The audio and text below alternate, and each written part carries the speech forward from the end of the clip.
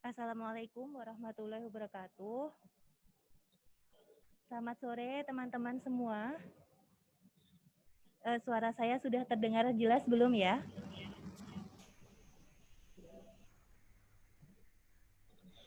Halo?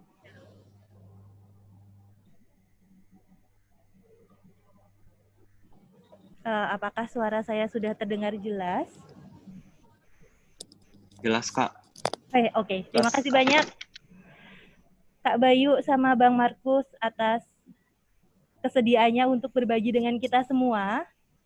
Jadi sambil menunggu teman-teman yang lain, ini sudah jam 16 lewat 9 menit ya. Kita mulai aja mungkin sharing hari ini. Jadi kita acaranya sharing-sharing aja sore-sore sambil menikmati hari gitu. Hari ini kita akan belajar bersama tentang Nusantara Sehat. Saya Fitria Nur Hidayah dari Jakarta. Kalau boleh request, mungkin teman-teman di sini boleh rename namanya, di depannya nama kota ya. Jadi saya akan merename nama saya menjadi Jakarta_Fitria. Jadi nanti kita bisa saling kenal nih kalau Kak Bayu dari mana gitu, Bang Markus dari mana, dan di sini ada Kak Yohana. Nanti mungkin bisa di-rename dengan kota _ nama. Baik, udah lewat 10 menit dari jam yang sudah kita sepakati bersama. Agar acara hari ini berjalan dengan lancar, belajar kita bermanfaat, kita berdoa terlebih dahulu ya teman-teman ya. Berdoa dipersilahkan.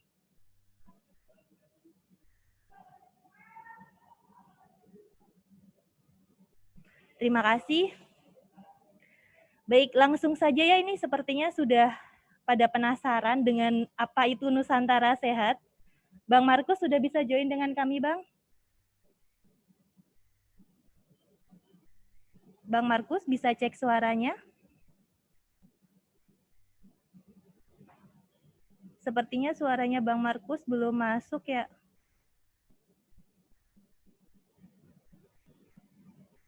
Selamat sore, Bang.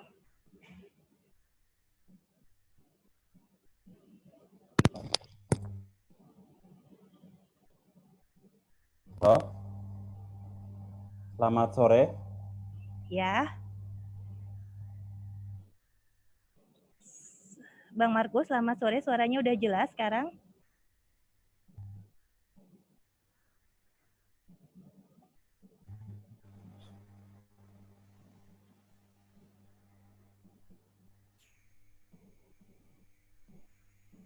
Ya Mbak, udah bisa terdengar. Sip, ini yang share screen dari saya atau dari Abang nih? Itu dari Mbak Fitri tuh. Dari saya aja atau mau dari Abang? Oh, dari saya nggak? Bisa sih. Dari saya aja. Saya bacakan CV ya, Abang dulu ya. Boleh. Baik, terima kasih banyak Abang Markus Molan Purap. Ini beliau lahir di Larantuka. Larantuka itu di mana, Bang?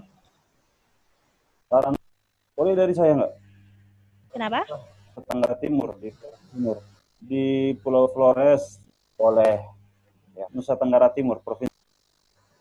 Ya, Larantuka itu tepan si NTT. Dari NTT ya, Bang ya. Abang lahir di Larantuka 22 November 89. Beliau pendidikannya D3 Farmasi di Kupang, kemudian S1-nya ke Makassar, Fakultas Farmasi Stiva, dan profesinya di Unhas Makassar. Sudah banyak sekali nih pengalaman Abang yang sudah siap dibagikan kepada kita semua di sini. Beliau leader di tim Nusantara Sehat, batch 4 di Puskesmas Aramonia Selatan, dan sudah menjadi narasumber di berbagai kegiatan, dan saat ini beliau sedang berpraktek apoteker farmasi klinik di IGD RSCM. Saya stop share ya Bang ya. Monggo Bang, waktunya dipersilahkan. Ya.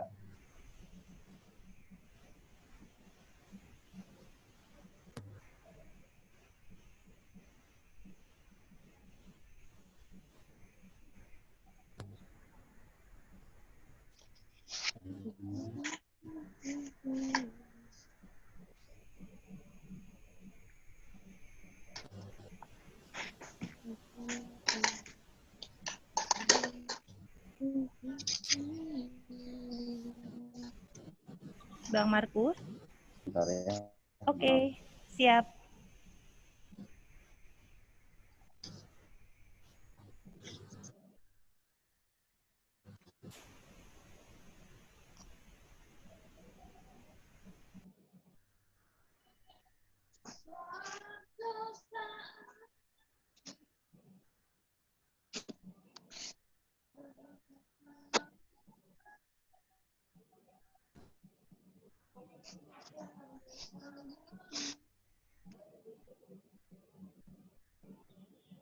Ini sambil menunggu Bang Markus, jadi hari ini kita sharingnya ada 2 ya teman-teman. Yang satu dari Bang Markus, yang kedua dari Beli Bayu. Kak Bayu mungkin sambil menunggu koneksi Bang Markus, boleh menyapa teman-teman dulu. Kak Bayu. Aduh, astaga, aku lupa ganti background-nya, maaf. Kak, bagaimana itu hasilnya? Aku penasaran banget nih. Udah hasilnya kemarin, Kak. Ya udah, ntar kebetulan out of record ya. Nanti ya, pokoknya boleh. itu nanti topik kita yang kedua nanti tuh. Topik kedua. Boleh, Abang Kak Bayu, dari mana Kak Bayu nih? Halo teman-teman semua, Assalamualaikum warahmatullahi wabarakatuh. Waalaikumsalam warahmatullahi wabarakatuh. Salam sejahtera untuk kita semua. Perkenalkan, saya Bayu Anggriawan, asalnya dari Bali. Sekarang sedang kerja di RSUP Sangla Denpasar. Ini masih lembur. Kayak aku bilang, aku telat tadi. Ini belum pulang. Maaf ya Bang, ya ini Bang lagi. Saya manggilnya siapa nih, Kak atau Beli atau Pak? Beli aja deh, Kak. Baiklah. Gelap, Beli Bayu, maaf kan kami mengganggu waktu Beli yang lembur di sore nanti. Nggak apa-apa loh, aku malah senang banget bisa sharing masalah Nusantara Sehat. Siap. Kangen sama masalah. Siapa nih? Jangan-jangan cinlok nih. Enggak lah. Kangen sama kerjaannya. Oke, baik. Terima kasih banyak, Beli. Nanti sharing yang kedua ya, Beli ya. Siap. Ini Terima kasih, Abang Kak. Markus sudah gabung dengan kita nggak sih? Abang ini kayaknya deket sama saya, tapi berasa jauh nih Abang nih.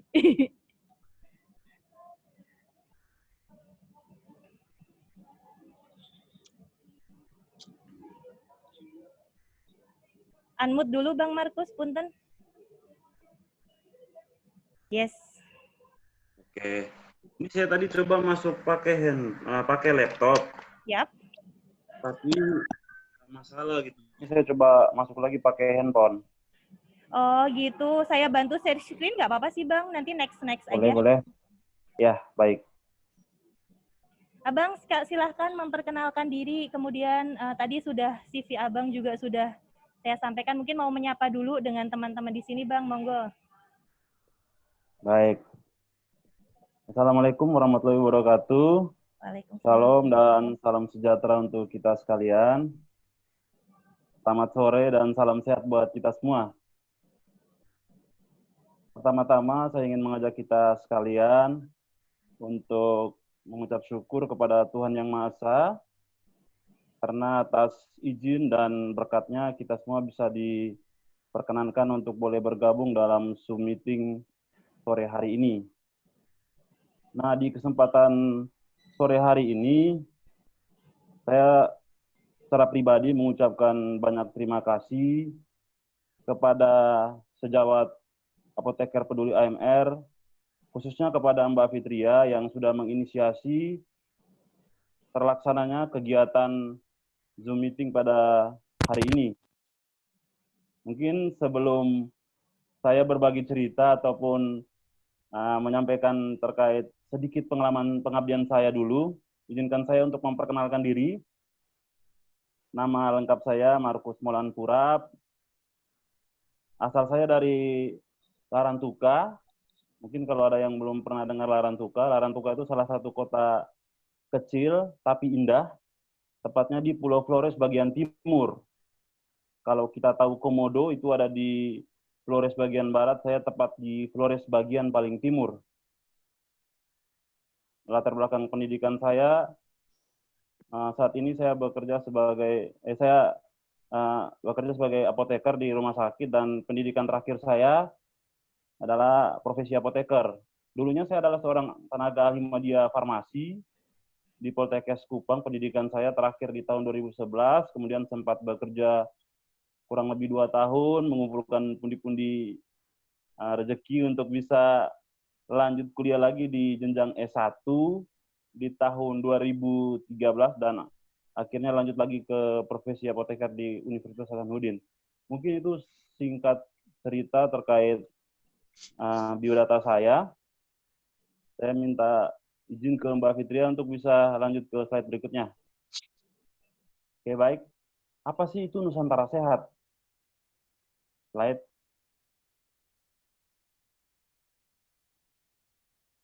Nah, Nusantara Sehat sendiri merupakan program yang diselenggarakan oleh Kementerian Kesehatan dalam bentuk pendayagunaan secara khusus tenaga kesehatan berbasis tim dan individu. Nah, ini ada penekanan di kata pendayagunaan. Sebenarnya, tenaga kesehatan yang ada di Indonesia itu tidak kurang, tetapi penyebarannya yang belum merata. Maka dari itu, program Nusantara Sehat hadir untuk memfasilitasi penyebaran tenaga kesehatan yang merata. Merata dalam arti, tenaga kesehatan tidak hanya dipusatkan di perkotaan saja, tetapi disebar untuk memberikan pelayanan di daerah tertinggal, perbatasan kepulauan di DTPK dan juga di daerah bermasalah kesehatan. Jadi di pelosok-pelosok di perbatasan negara kita, baik itu di perbatasan Indonesia-Malaysia, perbatasan Indonesia-Timor Leste, itu disitulah tempat-tempat lokasi ditempatkannya tenaga Nusantara Sehat. Nah, Nusantara Sehat ini semula dibentuk dalam format tim. Tim biasanya terdiri dari kurang lebih 5-9 orang, tapi di tahun 2017 Nusantara Sehat mulai mengupgrade lagi programnya dan mulailah di situ dibuat program penugasan khusus untuk tenaga individu. Nah, apa sih tujuan Nusantara Sehat? Tujuan Nusantara Sehat sendiri yakni sebagai salah satu upaya untuk menguatkan layanan kesehatan primer melalui peningkatan kualitas pelayanan kesehatan di daerah tertinggal, perbatasan kepulauan, DTPK, dan daerah bermasalah kesehatan. Next. Apa saja dasar hukum dari Nusantara Sehat? Nah, program dari Kementerian Kesehatan ini sebenarnya tidak serta-merta hadir begitu saja tanpa ada dasar. Dengan adanya latar belakang yang kuat, program Nusantara Sehat ini sebenarnya memiliki dasar hukum yang dibagi menjadi beberapa bagian, yakni yang pertama berdasarkan Peraturan Menteri Kesehatan Republik Indonesia Nomor 23 Tahun 2015 tentang penugasan khusus tenaga kesehatan berbasis tim BES dalam mendukung program Nusantara Sehat.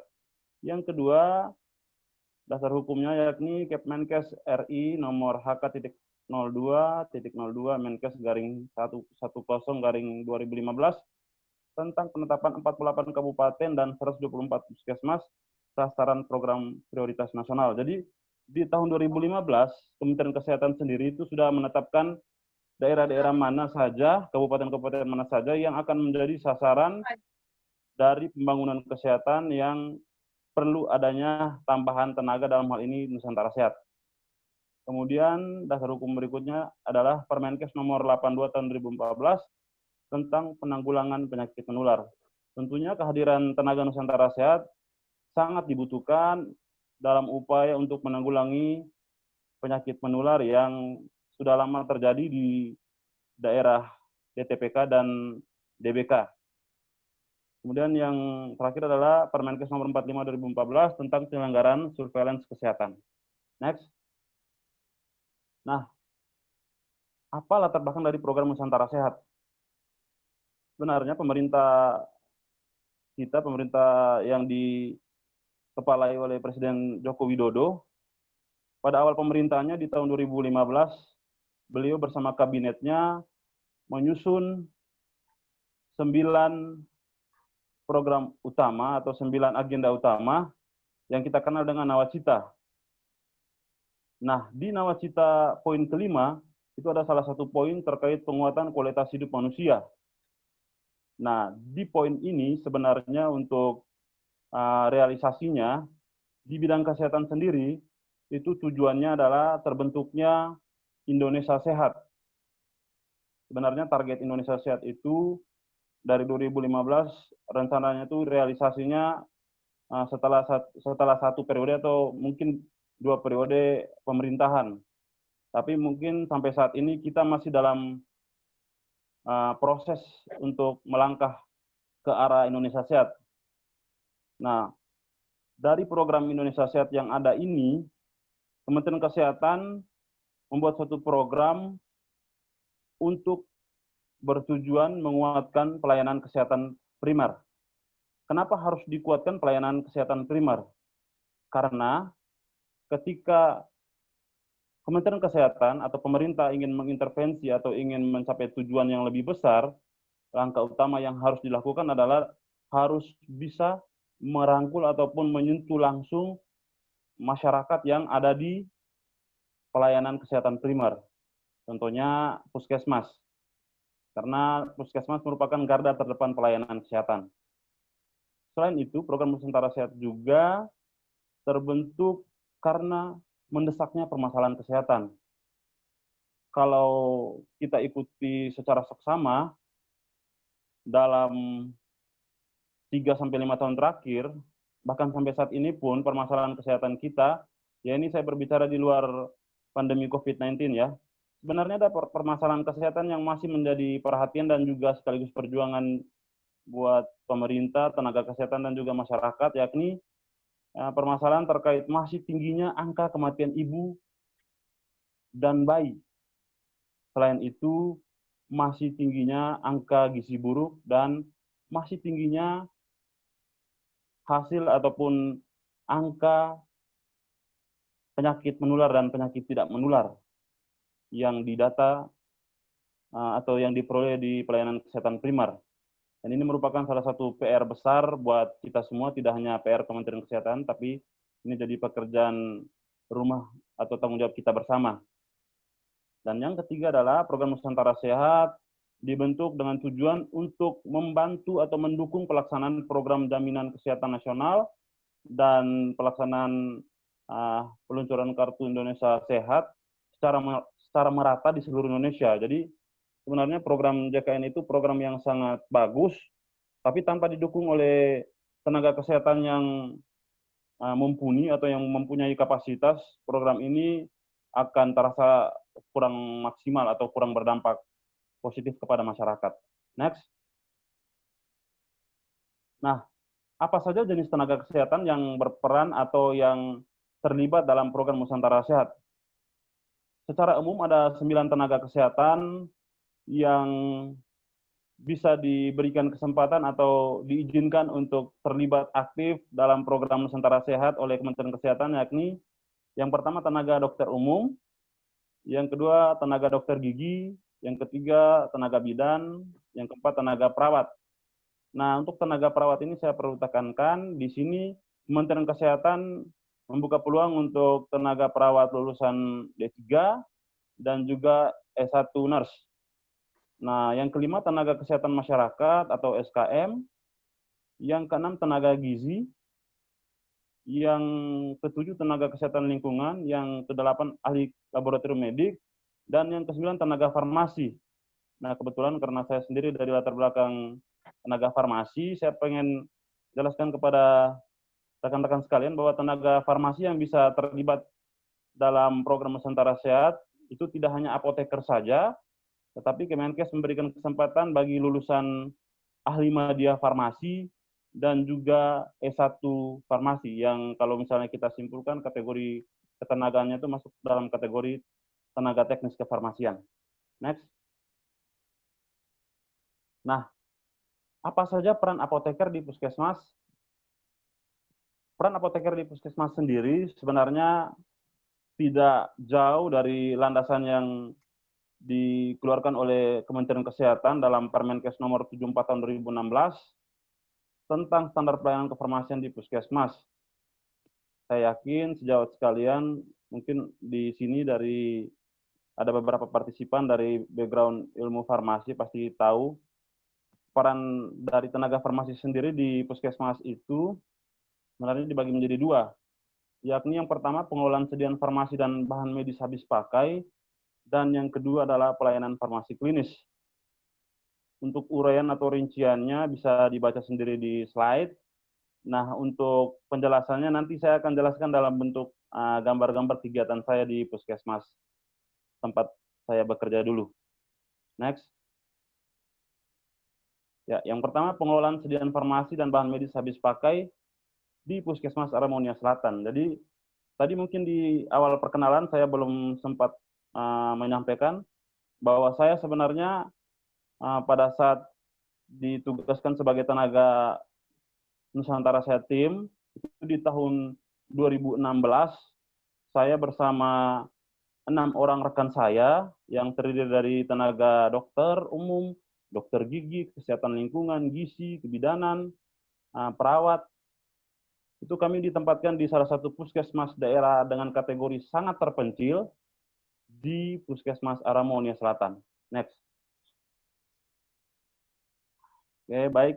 Nah, ini merupakan contoh ataupun bukti dokumentasi berupa foto ya. Jadi pada saat saya ditempatkan atau ditugaskan di Puskesmas Aramo, untuk perencanaan kebutuhan obat dan BMHP sendiri, saya tentunya bekerja sama dengan pihak Dinas Kesehatan dalam rangka membuat rencana kebutuhan obat. Jadi untuk penyusunan RKO itu ada penyusunan RKO dalam skala besar, itu biasanya dilibatkan semua perwakilan tenaga farmasi dari setiap puskesmas untuk membuat RKO Dinas Kesehatan, dan kita sendiri pun di puskesmas juga membuat rencana kebutuhan obat untuk kebutuhan di puskesmas. Ini merupakan contoh dokumennya. Next. Nah, ini merupakan contoh dokumen permintaan obat dan BMHP. Jadi kalau rekan-rekan pernah bekerja di puskesmas atau mungkin saat ini sedang bekerja di puskesmas, kita sebagai tenaga farmasi, dalam hal ini apoteker, kita harus rutin membuat laporan pemakaian dan lembar permintaan obat atau yang kita kenal dengan LPLPO. Next. Ya, ini merupakan gambaran dari kondisi penerimaan dan penyimpanan obat dan BMHP di puskesmas. Jadi saya di Puskesmas Aramo sendiri, saya sebagai apoteker, puji Tuhan saya dibantu oleh satu tenaga asisten apoteker. Itu pun tenaga bantuan itu kami peroleh, puskesmas kami peroleh setelah 1 tahun kurang lebih Nusantara Sehat bekerja di sana. Jadi sebelum itu saya selaku tenaga farmasi dibantu oleh rekan-rekan dari tenaga perawat. Next. Nah, ini adalah gambaran dari pendistribusian obat. Jadi kalau di puskesmas sendiri di daerah terpencil, kita untuk gambaran pendistribusian obat itu ada dalam gedung puskesmas dan ada pendistribusian obat di luar puskesmas. Kalau untuk pendistribusian obat di dalam puskesmas tentunya ya didistribusikan langsung kepada pasien melalui pelayanan resep dokter kepada pasien yang berobat rawat jalan. Kebetulan puskesmas kami puskesmas rawat jalan. Kemudian saya juga menyediakan kebutuhan BMHP untuk IGD, kemudian untuk ruang KIA KB, dan juga ada BMHP juga yang dibutuhkan untuk pelaksanaan kegiatan kesehatan lingkungan sama kegiatan laboratorium.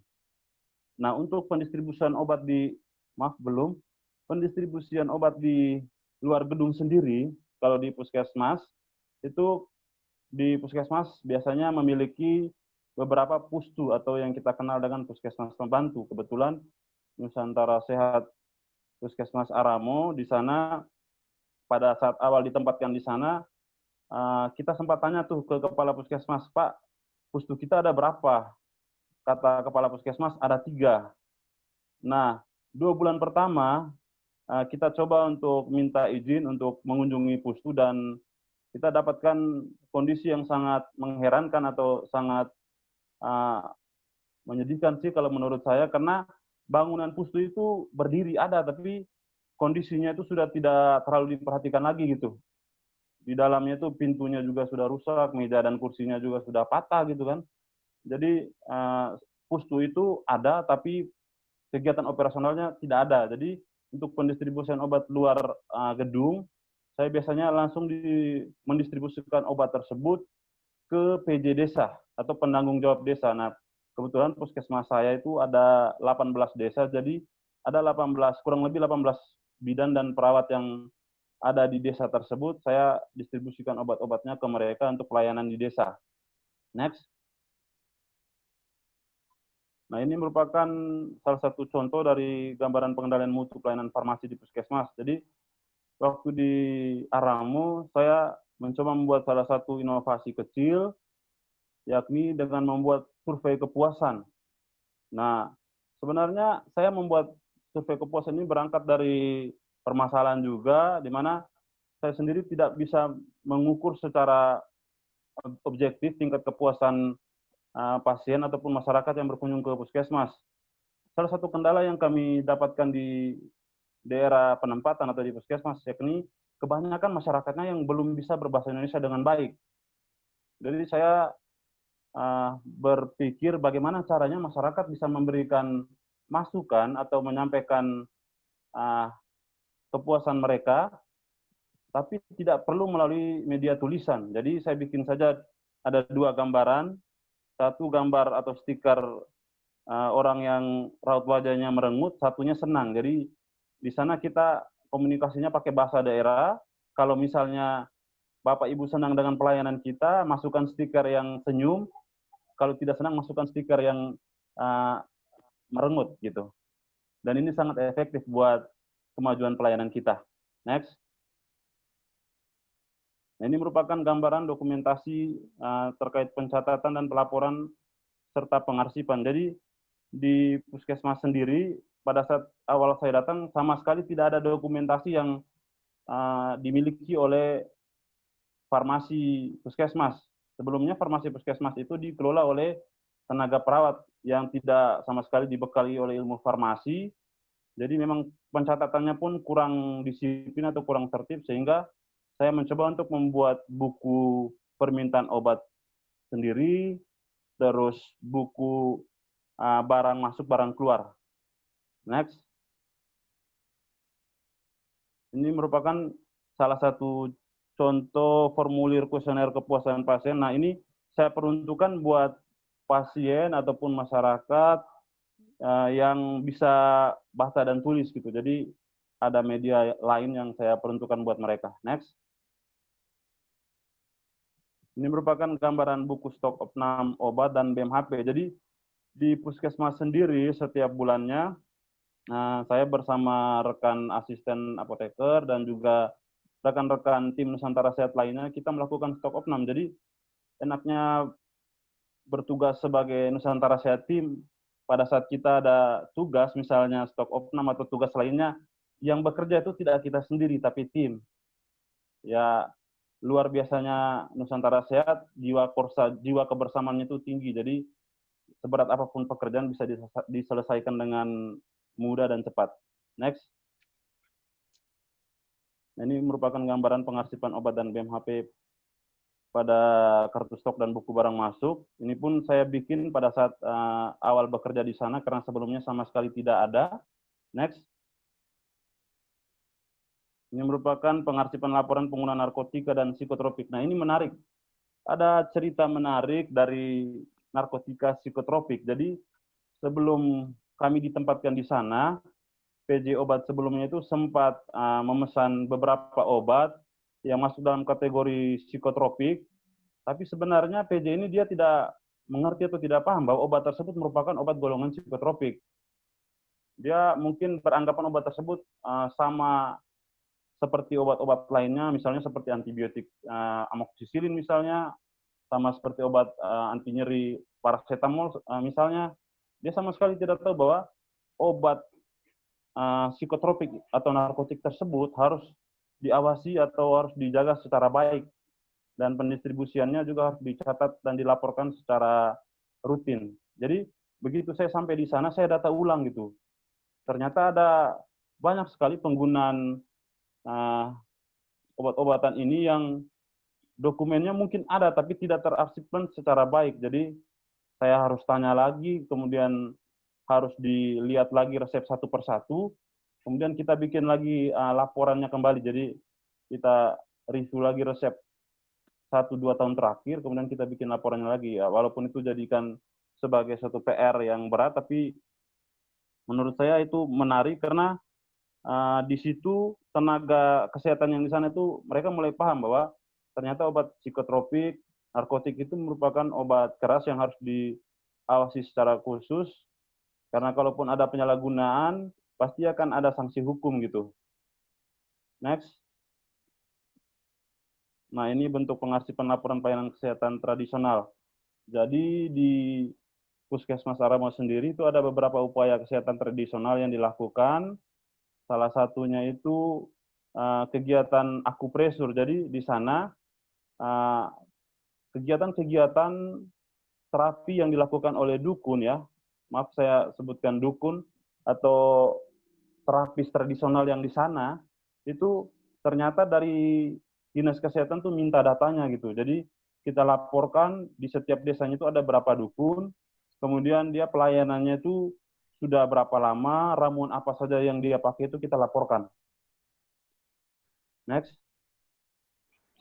Bang Markus, punten, kita kurang lebih 5 menit lagi ya Bang ya. Baik, baik. Terima kasih. Ya, sama-sama. Nah, ini merupakan Apa? salah satu Capek kalau luka tangan aku menunya tuh keras tangannya.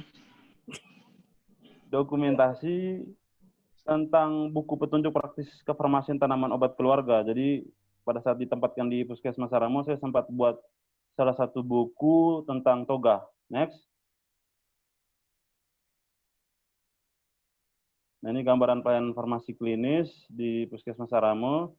Kita menjelaskan obat dengan menggunakan translator karena kita masih terkendala bahasa, tapi lama-kelamaan saya secara pribadi belajar dan bisa menyerahkan obat dengan bahasa daerah. Next. Nah, ini gambaran penyiapan obat kita. Jadi semulanya obat itu hanya ditulis keterangan 3x1 menggunakan spidol, tapi dengan kehadiran kita di sana, kita coba untuk secara perlahan membuat keterangan etiket obat, kemudian resepnya juga kita bikin format khusus dengan kop dan juga dengan identitas dokter yang jelas untuk bisa meningkatkan pelayanan di sana. Next. Ini merupakan bukti pelayanan informasi obat. Mbak, mungkin langsung ke belakang aja di gambaran kegiatan inovasi luar ruangan. Ini konseling. Ya, Mbak, mungkin di sini dulu. Nah, ini gambaran ruang farmasi sebelum kehadiran Nusantara Sehat. Jadi, ruang farmasi seperti rekan-rekan lihat sendiri di slide, itu obat-obatannya dibiarkan atau simpan secara tidak teratur, kemudian banyak sekali tumbuh jamur gitu ya, karena lokasinya lumayan lembab, tiap bulan itu pasti turun hujan, jadi memang penyimpanan obatnya itu belum sesuai standar. Next. Nah, ini kondisi setelah kita ada di sana, secara perlahan mulai membenahi kondisi apotek puskesmas, dan seperti inilah tampilan kita udah bikin kartu stok, kemudian obatnya kita tata berdasarkan terapi farmakologinya, alfabetis, vivo-vevo, ya seperti ini gambarannya. Next. Ini gambaran vaksin sebelum dan setelah ditata. Next. Ya, jadi pada saat ditempatkan di Puskesmas Aramo, nah kita dari Nusantara Sehat mencoba membuat inovasi, yakni melakukan promosi kesehatan dalam gedung dengan memanfaatkan media televisi dan juga radio. Jadi kita sempat bikin video tentang Gema Cermat, tanya obat, terima obat, tanya 5O. Lanjut. Kita juga membuat leaflet ataupun poster untuk edukasi obat di sana. Lanjut. Nah, selama di sana, di 6 bulan penugasan, saya mencoba untuk menjalankan proses cara belajar insan aktif. Nanti kalau misalnya lebih jelasnya bisa ditanyakan di sesi diskusi. Lanjut. Kita juga membuat SOP, standar operasional prosedur terkait pelayanan farmasi. Lanjut. Kegiatan luar gedung. Nah, di Puskesmas Aramo sendiri, saya secara pribadi sempat membuat suatu inovasi dengan judul Torabika. Jadi saya namakan jargon itu Torabika, singkatan dari Toga Aramo Bina Keluarga. Ini awal kebun toga yang coba saya buat, awalnya itu belum mendapatkan dukungan dari kepala puskesmas dan rekan-rekan dari puskesmas. Saya hanya mendapatkan izin, tapi sama sekali tidak didukung dalam hal penyediaan bibit, penyediaan pupuk. Jadi saya dan teman-teman Nusantara Sehat yang mandiri untuk memulai ini, untuk memicu teman-teman di puskesmas. Next. Nah, ini kondisi 1 tahun atau kurang lebih 10 bulan setelah kita berupaya untuk membuat kebun toga. Jadi ini di Nia Selatan, alhamdulillah puji Tuhan, puskesmas kita merupakan puskesmas pertama yang diresmikan kebun toganya langsung dari Ibu Ketua PPPKK, istri Bupati Kabupaten Nia Selatan bersama Kepala Dinas Nia Selatan dan jajarannya. Lanjut. Nah, ini kondisi kebun toga kita saat ini di tahun 2018 sebelum purna. Kondisinya seperti ini. Next. Sekarang mungkin sudah lebih banyak lagi tanaman yang sudah tumbuh. Nah, ini gambaran kegiatan Promkes luar gedung. Ini Promkes tentang bahaya nafsa dan TBC. Kita kerjasama dengan rekan perawat dan juga dokter untuk membuat penyuluhan kesehatan kepada siswa SMA. Next. Nah, kita juga bekerja sama membangun kerjasama lintas sektor dengan Kejaksaan Tinggi di Nia Selatan. Kita kebetulan orang tua asuh kita Kepala Kejaksaan Kabupaten Nia Selatan, jadi kita difasilitasi untuk bisa memberikan beberapa penyuluhan yang diliput di media Radio Republik Indonesia Nia Selatan. Ini kebetulan terkait peran tenaga kesehatan dalam mengatasi masalah difabel. Lanjut. Nah, ini rekan-rekan mungkin bisa lihat di sebelah kiri, ini merupakan salah satu potret gambaran pada saat kita ingin ke desa untuk melakukan pelayanan, kita harus melewati sungai, dan ini arusnya lumayan kencang, jadi kita harus berhati-hati. Jadi waktu pelayanan di desa terjauh ini, sekali jalan itu ada berbagai kegiatan yang kita lakukan. Di situ dari tenaga bidan bisa melakukan penyuluhan sekaligus pemeriksaan ibu hamil, bayi, dan juga balita misalnya. Bekerja sama dengan tenaga gizi, tenaga keseling bisa melakukan pemantauan rumah sehatnya gitu. Nah, saya sebagai tenaga farmasi waktu itu melakukan penyuluhan tentang gema cermat 5O dan juga tentang obat tradisional. Next. Ini gambaran kita makannya di jalan, kadang juga capek tidurnya di jalan, tapi sekalipun kerjaannya capek tapi selalu menyenangkan, jadi selalu ada rindu untuk mengulang kembali pengalaman Nusantara Sehat. Lanjut. Ini gambaran pada saat melakukan pengobatan gratis di desa. Waktu itu saya meracik obat tidak menggunakan mortar stamper, tapi menggunakan piring dan sendok. Salah satu inovasi kecil ya. Tak ada akar rotan penjadi. Next. Nah, ini mungkin terakhir. Jadi selama saya ditempatkan di Puskesmas Aramo, ini salah satu program unggulan yang sempat saya lakukan di sana, yakni pemberdayaan masyarakat untuk bisa mau membentuk kelompok asuhan mandiri taman obat keluarga. Jadi waktu itu kita di sana sama-sama menyiapkan lahannya, kita juga buat kesepakatan, komitmen, tanda tangan di atas materai untuk pembuatan kebun toga. Jadi ada beberapa kebun toga di berbagai tempat. Ini di Desa Hilimagiao. Lanjut. Ini ada SK-nya juga. Lanjut. Ini di Desa Sikorolifau. Lanjut. Tidak hanya masyarakat, kita juga melibatkan peserta didik. Ini ada toga di SMA Negeri 1 Aramo. Lanjut. Nah, ini ada gambaran di mana saya sebagai tenaga farmasi waktu itu membantu rekan saya tenaga kesehatan lingkungan untuk melakukan pemicuan stop BABS. Lanjut. Ya, sekian dari saya. Salam sehat dari tim Nusantara Sehat Puskesmas Aramo. Ada salah satu pesan sederhana dari saya. Ketika kita ingin mengabdi, maka jadilah seperti seberkas cahaya. Walaupun cahayamu tak secerah mentari, sinarmu akan selalu jadi rindu buat gelapnya malam. Sekian dari saya, kurang dan lebihnya saya mohon dimaafkan. Ini ada kontak person saya, tadi ada IG, alamat IG, FB, dan juga YouTube saya. Nah, kalau misalnya rekan-rekan pengen tanya lebih jauh, bisa join ke medsos saya. Terima kasih. Saya kembalikan ke moderator. Baik, terima kasih banyak Abang Markus. Saya beri aplaus nih buat Abang nih. Thank you. Mereka sama-sama. Baik, tadi udah banyak banget yang Abang share ya tentang pengalaman Abang di Puskesmas Aramunia Selatan. 2 tahun ya Bang ya? 3 tahun apa 2 tahun Bang? 2 tahun Mbak? Ya, 2016-2018 ya. benar Keren sekali. banget. Semoga dapat menginspirasi teman-teman semua di sini ya. Amin. Oke, sebelum diskusi kita lanjut dulu ke Beli Bayu yang sudah tidak sabar nih kayaknya. Beli, sabarlah Beli. Baru merit kan ya Beli kayaknya Beli. Saya Ya, kayaknya pengantin baru, Mbak. stalking FB-nya Beli.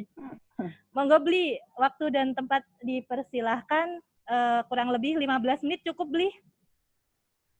Itu di-unmute dulu, ya. Cukup, Kak. Baik, nanti mungkin kita waktunya agak lebih panjang dikit, mohon maaf ya, karena tadi juga start kita juga agak terlambat, jadi mungkin lewat dari jam 5 kita diskusinya di sini. Beli, silahkan. Terima kasih banyak. Mohon agar sharing dengan kami di sini yang sangat penasaran dengan pengalaman Beli menjadi Nusantara Sehat. Siap. Silahkan. Oke.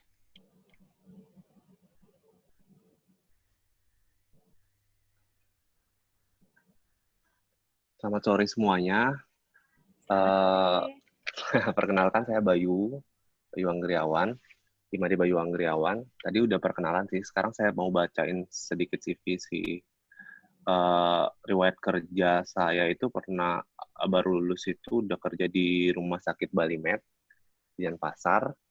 Terus join Nusantara Sehat dari 2016 sampai 2018. Sama-sama kebetulan tim leader juga sama dengan Bang Markus. Dikenal banget. Terus dari 2019 sampai sekarang di Rumah Sakit Sanglah Denpasar. Sekarang sih fokusnya di pengadaan. Awal-awal kemarin itu di UGD, di IGD. Pendidikan saya S1-nya di STT Bogor, Sekolah Tinggi Teknologi Industri Farmasi Bogor. Kemudian profesi apotekernya di Universitas Padjadjaran. Mungkin ini nggak perlulah achievement-nya, bla bla bla. Organisasinya sekarang sih kayak saya fokus banget di dunia kerelawanan. Jadi saya sambil kerja sambil join beberapa aktivitas relawan khususnya di kesehatan sama pendidikan. Oke. Saya share materinya.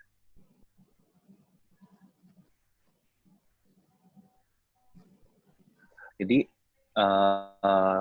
semuanya tadi sebenarnya udah diterangin sih sama Bang Markus terkait pekerjaan kita di Puskesmas. Jadi saya kangen banget kegiatannya. Jadi saya lebih fokus ke apa sih yang membuat sangat menarik join Nusantara Sehat. Pertama, tempat tugas saya di Puskesmas Karama, di Desa Karama, tepatnya Kecamatan Kalumpang, Kabupaten Mamuju, Sulawesi Barat.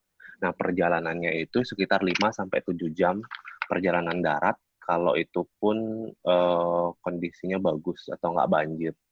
Karena kita tuh ngelewatin, kalau nggak salah, 30 lebih anak sungai, yang beberapa, hampir semua, hanya beberapa yang ada jembatan, jadi yang lainnya kita harus menerjang badai sungai. Kalau banjir tuh kita harus nunggu bisa seharian.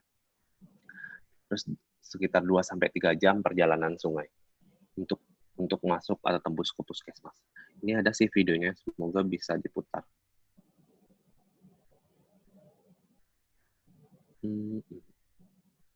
Jadi sebagai gambaran aja sih, semoga bisa ngelihat gimana proses perjalanan. Wow, sinyalnya bagus banget.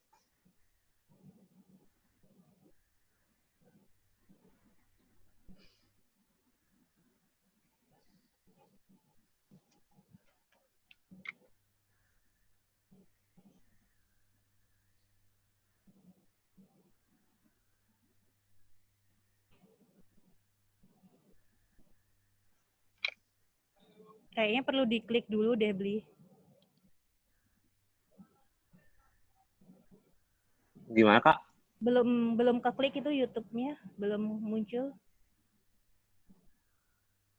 Sharing pause. Kok sharingnya pause ya? Sorry. Oke, bentar, Kak. Saya ulang ya. Monggo. Mana ya?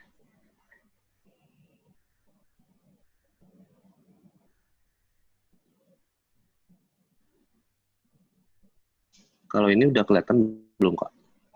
Kelihatan putih bersih. Berarti nggak bisa ya? Oh, Gimana sih? gitu. Oh ya udah deh. Nggak bisa ya komputer saya nggak ngerti. Sharing, oke lah. Bisa nggak ya? Ini bisa nih kelihatan nih. Kelihatan, Kak? Kelihatan. Audionya mungkin Bli? Atau Bli ceritakan aja mungkin ini di pantai mana bilangnya. Oke. Ini kayak perjalanan kita sih nembus Desa Karama, tempat puskesmas kita berada. Jadi kita bisa lewat jalur darat, atau juga bisa nembus sungai. Kalau jalur darat, jalurnya seperti ini, kadang-kadang longsor, jadi belum ada aspal. Jembatannya seperti itu, bisa dibayangkan hutan-hutan.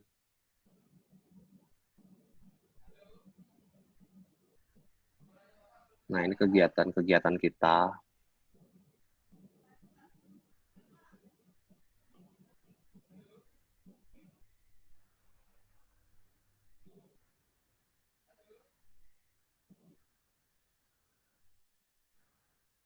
Beli berarti periodenya sama dengan Abang Markus ya? Iya, sama. Apa, Kak? Periodenya sama dengan Abang ya berarti ya? Oh, sama, Kak. Sama, jadi tahunku sama, batch-nya sama batch 4.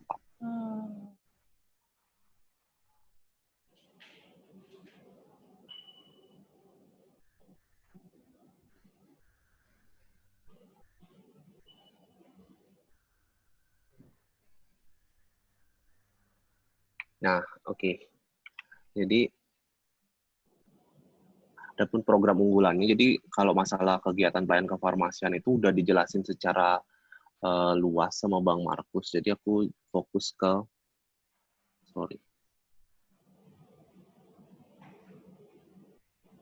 Jadi aku fokus ke apa sih yang membuat kangen atau indahnya mengabdi di Nusantara Sehat.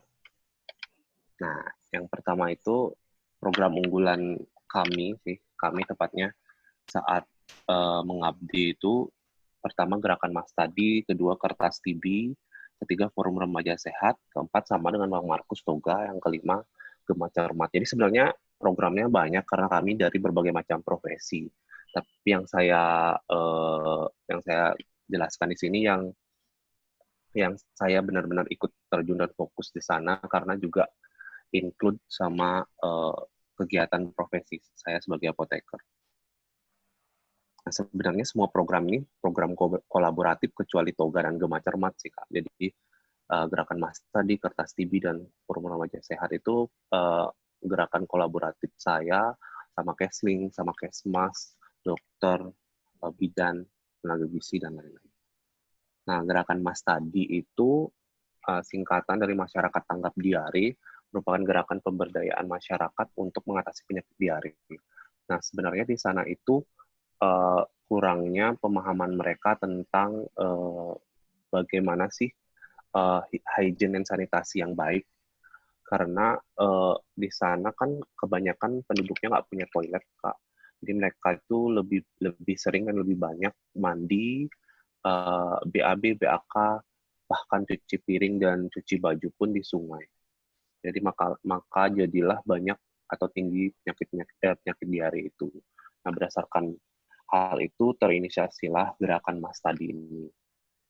Nah, kegiatan-kegiatannya itu seperti ini bisa dilihat penyuluhan, sosialisasi, pembentukan dan pelatihan kader tanggap diare, pembinaan kader Mas Tadi. Nah, fokus saya sebagai apoteker di sana adalah gimana sih penanganan diare itu, penanganan pertama diare, agar tidak kasusnya itu tidak menyebabkan kematian pada anak dan balita terutama, karena kurangnya pemahaman masyarakat itu. Jadi mereka tuh kayak nggak tahu gimana sih tata laksana diare yang yang umum, apa yang harus pertama dilakukan untuk mencegah dehidrasinya itu terutama. Jadi karena itu banyak kasus-kasus bayi dan balita itu meninggal gara-gara diare. Nah, di sanalah fokus saya bagaimana menjelaskan mereka tentang penggunaan oralit. Kalau nggak sempat ke puskesmas, gimana cara buat oralit itu sendiri di rumah. Makanya gerakan Mas Tadi ini merupakan gerakan kolaboratif saya dengan berbagai macam profesi kesehatan. Di gerakan Mas Tadi ini juga ada STBM atau pemicuan pembuatan jamban seperti Bang Markus tadi. Jadi kan kegiatan kolaboratif untuk menciptakan masyarakat yang sehat. Nah, yang kedua itu program unggulan kami itu Kertas TB, itu kelompok masyarakat berantas TB atau tuberkulosis, membantu dalam menemukan suspek atau penderita TB di wilayah kerja puskesmas. Hal ini dilatar belakangi banyaknya penderita TB yang tidak mendapat penanganan dan pengobatan yang tepat, tidak tepat atau cara pengobatan. Nah, kasus-kasus TB ini tuh sebenarnya di Sulawesi itu masih banyak sekali. Masalah utamanya itu ya karena mereka itu nggak patuh minum obat. Kadang kan kalau minum obat TB itu banyak dan besar-besar, mereka tuh kadang jenuh dan menjadi untuk tidak melanjutkan obatnya itu. Nah, jadi terjadilah resistensi dan kekambuhan terhadap penderita TB. Makanya di sana terjunlah kami membentuk Kertas TB, kelompok berantas tuberkulosis, dan fokus saya sebagai apoteker adalah memberikan pemahaman serta pengetahuan tentang resistensi antibiotik itu, bagaimana pengobatan TB yang tepat, dan membentuk kadar-kadar untuk nantinya si pengawas minum obat TB ini bisa mengingatkan pasiennya atau penderitanya untuk minum obat yang tepat sehingga terapinya itu berjalan dengan tepat. Nah, sedangkan profesi-profesi lain itu seperti promkes, dokter dan lain-lain itu dan analis laboratorium itu berfokus menemukan suspek TB yang baru. Nah, ini tuh kegiatan paling dekat di hati saya, Forum Remaja Sehat. Mungkin karena jiwa saya yang muda dan di sana hari-hari saya ya tanpa sinyal, tanpa listrik itu ada paling jam 6 pagi sampai jam 6 sore sampai jam 6 pagi. Setelah itu mati karena dia pakai tenaga turbin atau tenaga air. Forum Remaja Sehat ini kenapa dekat di hati saya, karena emang mungkin jiwa saya yang youth, young. Yang jadi kalau udah sama anak-anak remaja itu jadi kayak teman sharing. Jadi Forum Remaja Sehat ini fokus untuk menekan atau mengurangi pernikahan dini, bahaya nafsa, pergaulan bebas, karena entah kenapa ya, walaupun itu di daerah terpencil atau sangat-sangat terpencil, angka menikah dininya itu tinggi atau pergaulan bebasnya tinggi, penggunaan obat-obat terlarang ataupun miras itu juga tinggi. Jadi Forum Remaja Sehat ini hadir untuk mengajak mereka itu mengisi hari-hari atau generasi atau mengisi keseharian mereka dengan hal-hal yang positif. Kami itu seperti kayak ngajarin bagaimana hidup sehat, bagaimana pertolongan pertama saat terjadinya kecelakaan atau patah tulang, seperti itu. Karena itu kan kegiatan kolaboratif, jadi ada teman-teman yang bisa mengisi materi atau hal-hal yang sesuai untuk disampaikan. Nah, di pojok bawah ini itu ada kami kayak buat gerakan stop buang sampah sembarangan. Jadi mereka buat tempat sampah terus disumbangin ke masing-masing sekolahnya mereka untuk menerapkan bahwa kalau buang sampah itu di tempatnya, jangan sembarangan. Jadi kenapa forum remaja sehat ini dekat di hati karena mereka kayak sehari-hari ada di kehidupan saya. Nah, selain itu fokusnya itu adalah untuk mengembangkan pengetahuan mereka, tidak hanya pengetahuan di kelas, tetapi juga kayak membuka wawasan mereka luas lagi untuk bisa nantinya harapan saya sih bisa memajukan kampungnya atau desanya itu ke depannya, menjadi leader, menjadi pemimpin di desanya, atau melatih soft skill-nya mereka. Bahkan kami juga sering mengadakan pentas seni dan lain-lain. Nah, yang keempat itu Toga, Taman Obat Keluarga. Kegiatannya itu ya penyuluhan toga, pembinaan toga, dan mengajak mereka atau warga itu membuat toganya sendiri, Taman Obat Keluarga.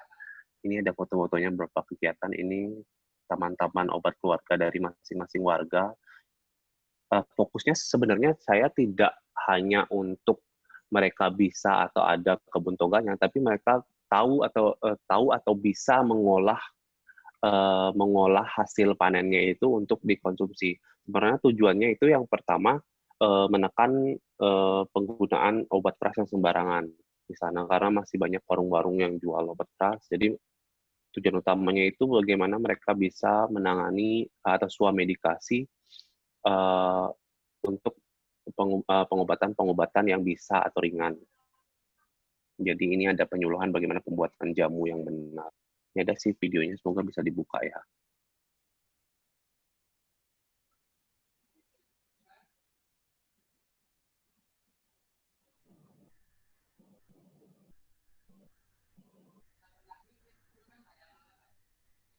Nah, ini video kegiatan saya. Belum kelihatan, Kakak. Enggak kelihatan lagi ya, Kak? Belum, Beli. Oke, sorry. Oke. Yes. Kalau ini kelihatan nggak, Kak? Yes, sudah nampak. Sudah? Sudah. Oke. Nah, ini terkait toga. Ini kalau di NS diajarin bikin video terus ya, Beli ya? Kayaknya Bang Markus juga seneng banget bikin video nih. Bener nih. Keren banget. Gimana nih. Ya? Kalau ikut NS tuh kayak kreativitas kita baik. di challenge, ditantang. Keren.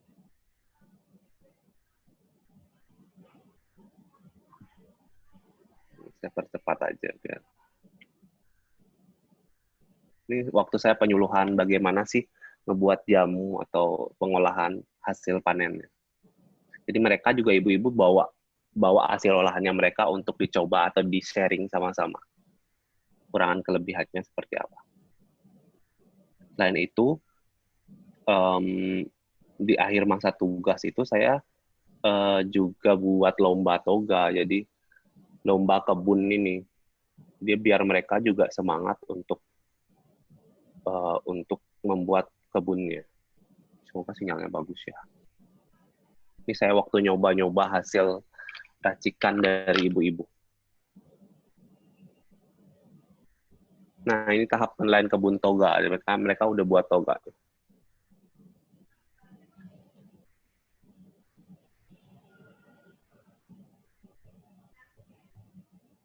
Saya dibantu sama teman saya, anak promkes. Jadi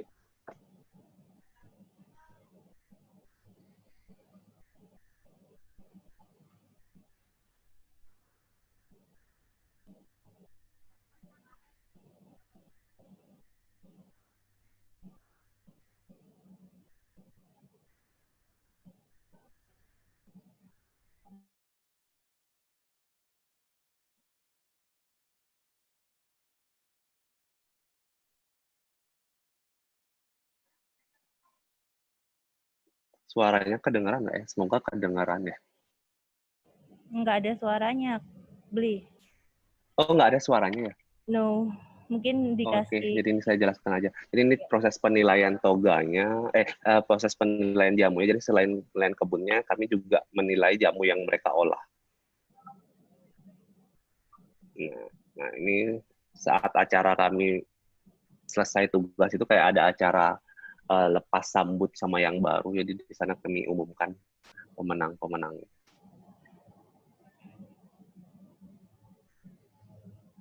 Oke, sebentar. Untuk yang terakhir, ini yang terakhir, semoga waktunya masih cukup. Gema cermat. Nah, Gema cermat di sini sebenarnya memang mendukung dari program Kementerian Kesehatan. Fokusnya itu sebenarnya pertama karena masih banyak warung yang menjual obat keras dan antibiotik. Yang paling sering itu adalah amoksisilin dan asam nefenamid. Itu paling mereka sering pakai untuk semua jenis penyakit. Jadi itu kayak menimbulkan rasa prihatin saya dan bagaimana sih sebenarnya solusi yang tepat untuk membantu menekan atau menghilangkan budaya itu.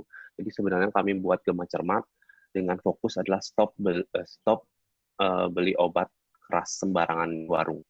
Jadi di sana kita buat kolaborasi dengan pedagang yang seperti ini. Jadi kami yang menjual-jual obat itu kami ajak diskusi dan memberikan solusi gimana baiknya, gimana seharusnya yang sesuai dengan aturan pemerintah untuk penjualan obat.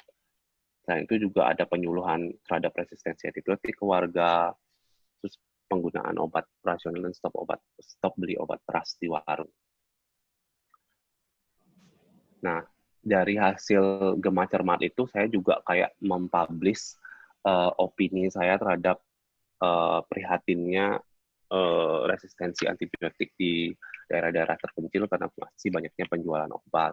Jadi saya sempat mendapat kesempatan untuk menulis opini di Emerging Magazine isu 03 dipublish oleh Indohun Indonesian One Health University Network. Jadi Propwiku yang ini apa namanya ketuanya untuk di Indonesia. Jadi mungkin itu yang bisa saya sampaikan. Semoga bisa memberikan manfaat atau menambah wawasan teman-teman terkait kegiatan khususnya apoteker di Nusantara Sehat.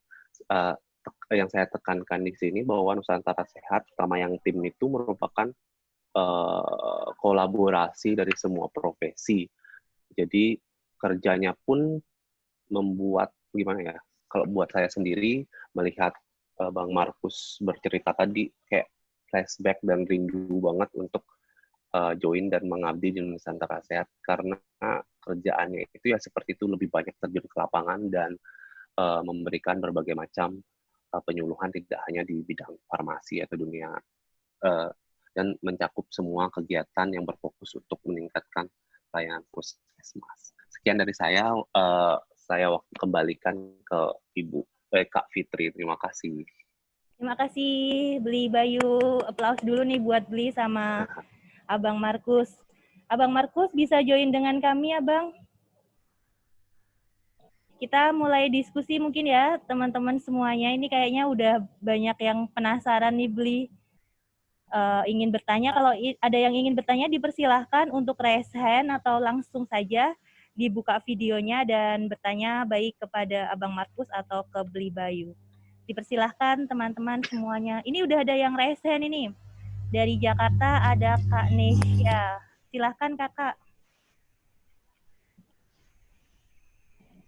Sebentar, sepertinya beliau sedang. Ya. Silahkan Jakarta ada Kak Nesya. Silahkan bergabung untuk bertanya ke Beli Bayu atau ke Abang Markus.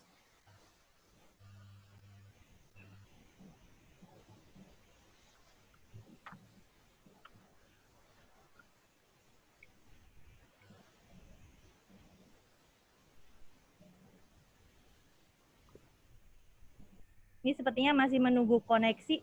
Mungkin sambil menunggu koneksi dulu, bisa sharing nih Abang Markus atau Beli Bayu, cara mendaftarnya ini sebenarnya bagaimana sih proses mendaftar ke NS-nya? Dari Abang atau dari Beli ini yang mau sharing? Monggo. Daftar PNS atau NS, Kak? NS. Nusantara Sehat. Monggo dari Abang dulu, nanti mungkin ditambahin sama Beli Bayu ya, sambil menunggu Vanessa bergabung dengan kita. Silakan. Tadi kebetulan Bang Markus kan udah jelasin regulasi. Iya, betul. Memang baik. Terima kasih buat kesempatan yang diberikan. Memang untuk kesempatan sharing siang hari ini kita sama saudara saya di Bayu itu udah bagi porsi ya. Jadi saya lebih ke penjelasan terkait Nusantara Sehat, garis besar peran apoteker, tapi lebih berfokus di peran dalam ruangan, administratif. Kemudian tadi sedikit saya bahas tentang kegiatan di luar ruangan, dan Bayu lebih banyak ke kegiatan inovatif. Dan sama saudara saya di Bayu itu udah bagi pos setelah melihat slide presentasi dari di Bayu tadi, kegiatan Nusantara Sehat kayaknya kalau misalnya kita diberi kesempatan lagi untuk kembali ke Nusantara Sehat, ya dengan senang hati ya Beli ya, Iya. kita terjun kembali ke Nusantara Sehat.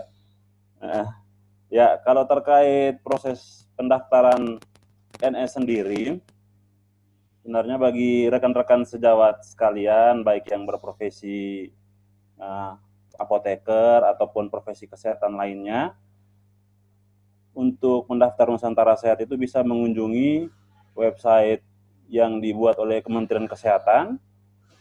Bisa kunjungi di halaman web https://nusantarasehat.co.kemenkes.id.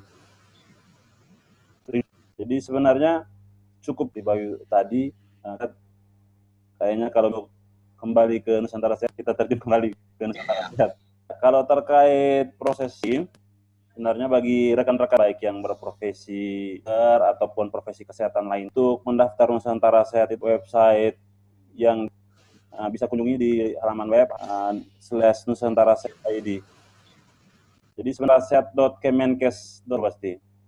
Nah, nanti di situ sih terkait pengumuman pembukaan periode Timbes kemarin di bulan tanggal 3 sampai tanggal 7 Juli, Kementerian Kesehatan sudah membuka rekan-rekan tenaga kesehatan untuk boleh bergabung di Nusantara Sehat Timbes 15.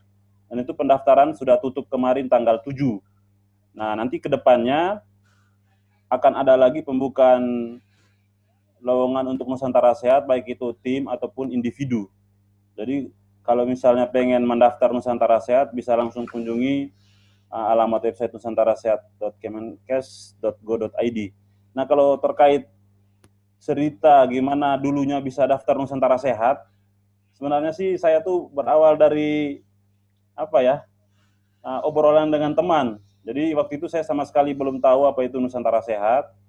Kebetulan teman saya, dia punya sahabat yang sudah bergabung di Nusantara Sehat batch 2, dan pada waktu itu saya diceritakan gitu, Nusantara Sehat ini keren loh, bisa kerja di daerah-daerah terpencil gitu, gajinya gede gitu.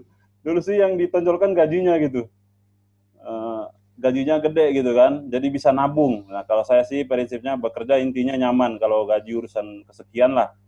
Nah, waktu itu saya coba untuk tes di Nusantara Sehat batch 4 di tahun 2016, dan ya puji Tuhan lulus. 40 hari ya Beli ya, kita pembekalan di Pusdikes. Mungkin itu saja jawaban dari saya. Saya kembalikan ke Mbak Fitri. Terima kasih ya Bang Fitri, Markus. silakan.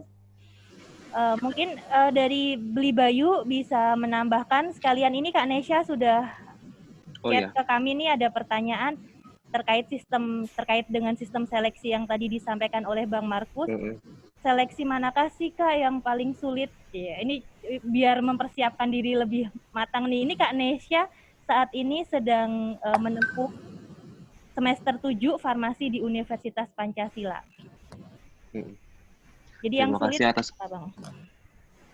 Terima kasih atas pertanyaannya Kak Nesya. Terima kasih juga udah join.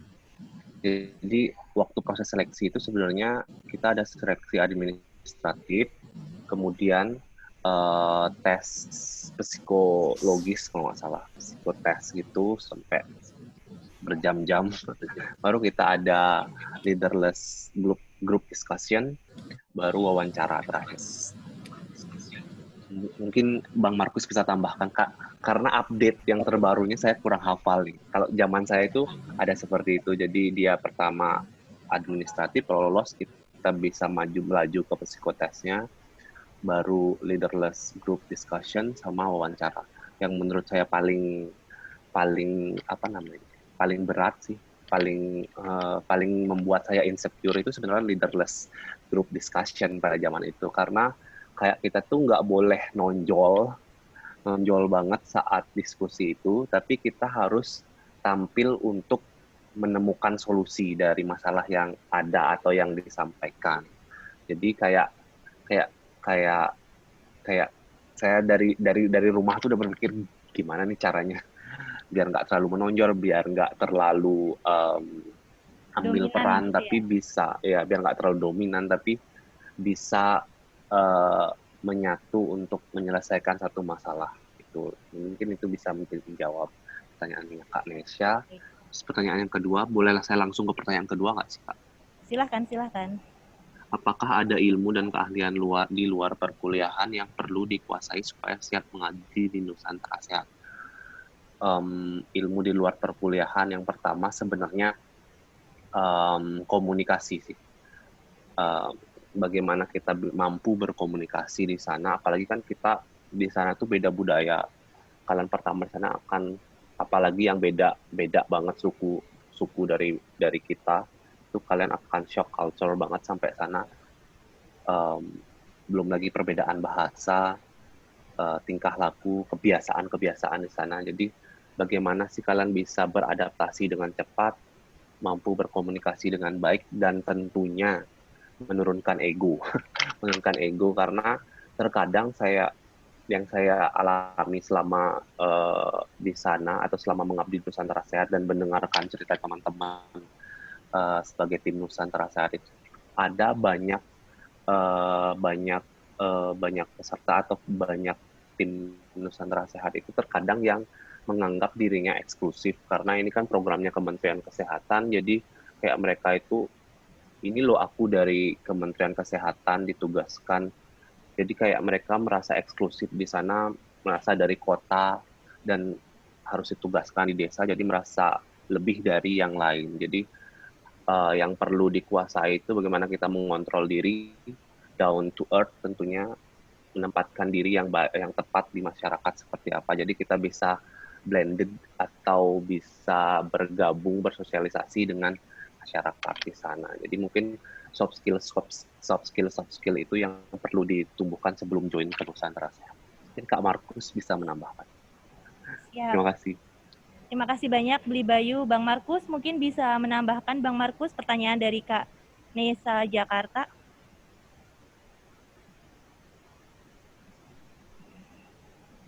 Bang Markus, bisa dengar suara saya? Nge-lag kayaknya Bang Markus. Iya, kayaknya ini koneksinya Abang. Device-nya Ada banyak dua. nih Abang. Ada dua. Aku melihat dua Bang Markus. Duplicate. Saya gara-gara suka nge-lag, jadinya pakai dua. Monggo Bang. Ya.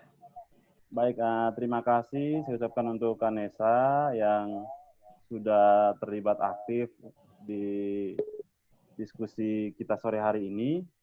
Nah, terkait pertanyaan pertama Kanesa ya,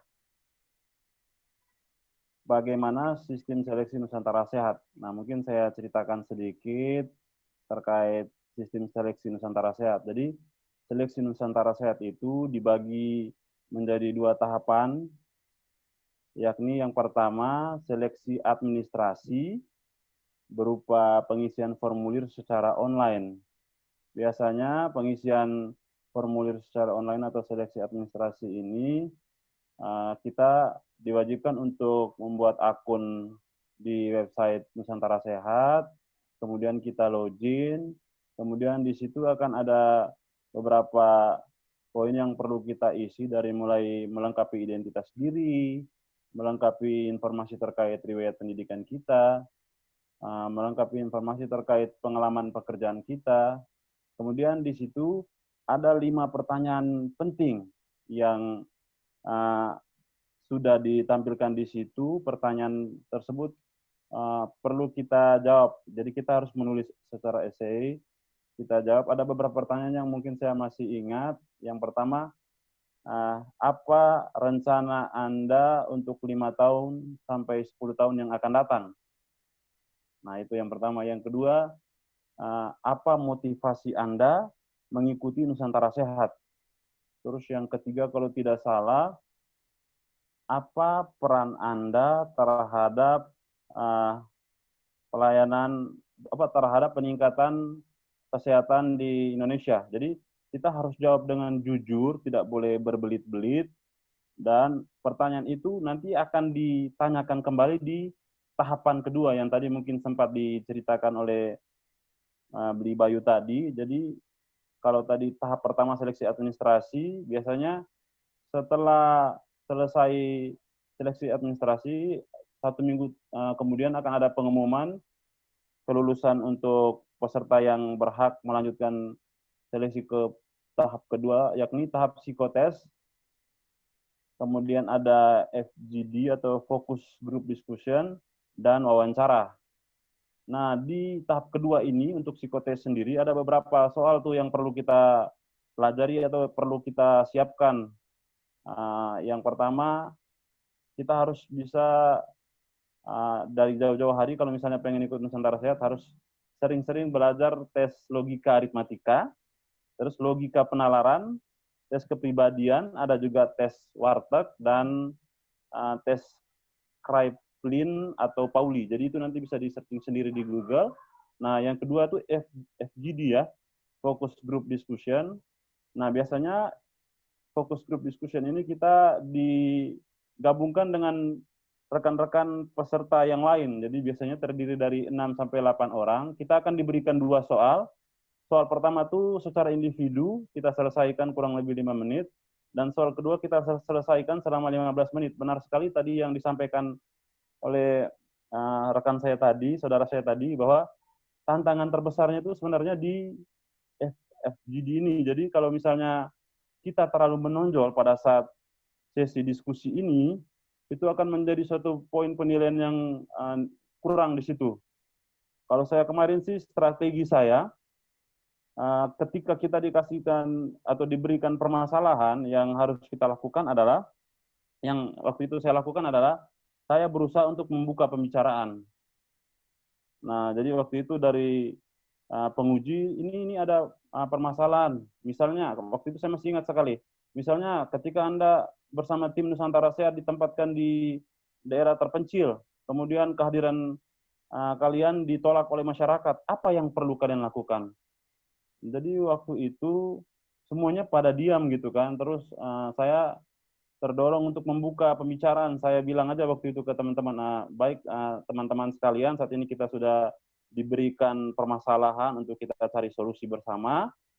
Mungkin sebelum kita memulai pembicaraan, mungkin kita tunjuk dulu, atau mungkin ada yang mau mengajukan diri untuk bisa menjadi koordinator ataupun pemimpin dalam diskusi kita gitu. Saya cukup di situ aja, terus saya diam, terus teman yang lain langsung lanjut gitu kan, langsung sambung pembicaraan saya. Jadi saya tidak terlalu banyak berkomunikasi, dan pada saat ditanya terkait saran, ya kita masing-masing sampaikan. Tidak perlu terlalu menonjol. Kemudian ada tes wawancara. Jadi kalau di tes wawancara itu kita akan diuji oleh psikolog. Waktu itu psikolognya dari UI dan dari petugas Kementerian Kesehatan. Wawancara biasanya berlangsung 15 menit. Kita ditanyakan kembali sinergi dari jawaban kita di tes administrasi dan juga di wawancara, kalau bisa sama gitu, sinergis gitu. Jangan sampai di tes administrasi kita bilang kenapa ikut Nusantara Sehat, ingin mengabdikan ilmu misalnya. Terus di tes wawancara kita bilang saya pengen jalan-jalan. Nah, ini 2 hal yang berbeda, itu akan mengurangi penilaian. Mungkin itu saja. Terus yang kedua, pertanyaan terkait ilmu apa yang perlu dipelajari. Menurut saya, kalau tadi saudara saya bilang ilmu komunikasi, saya sangat setuju, tapi sebenarnya saya bersama rekan-rekan sekalian itu banyak belajar ketika bergabung di Nusantara Sehat gitu.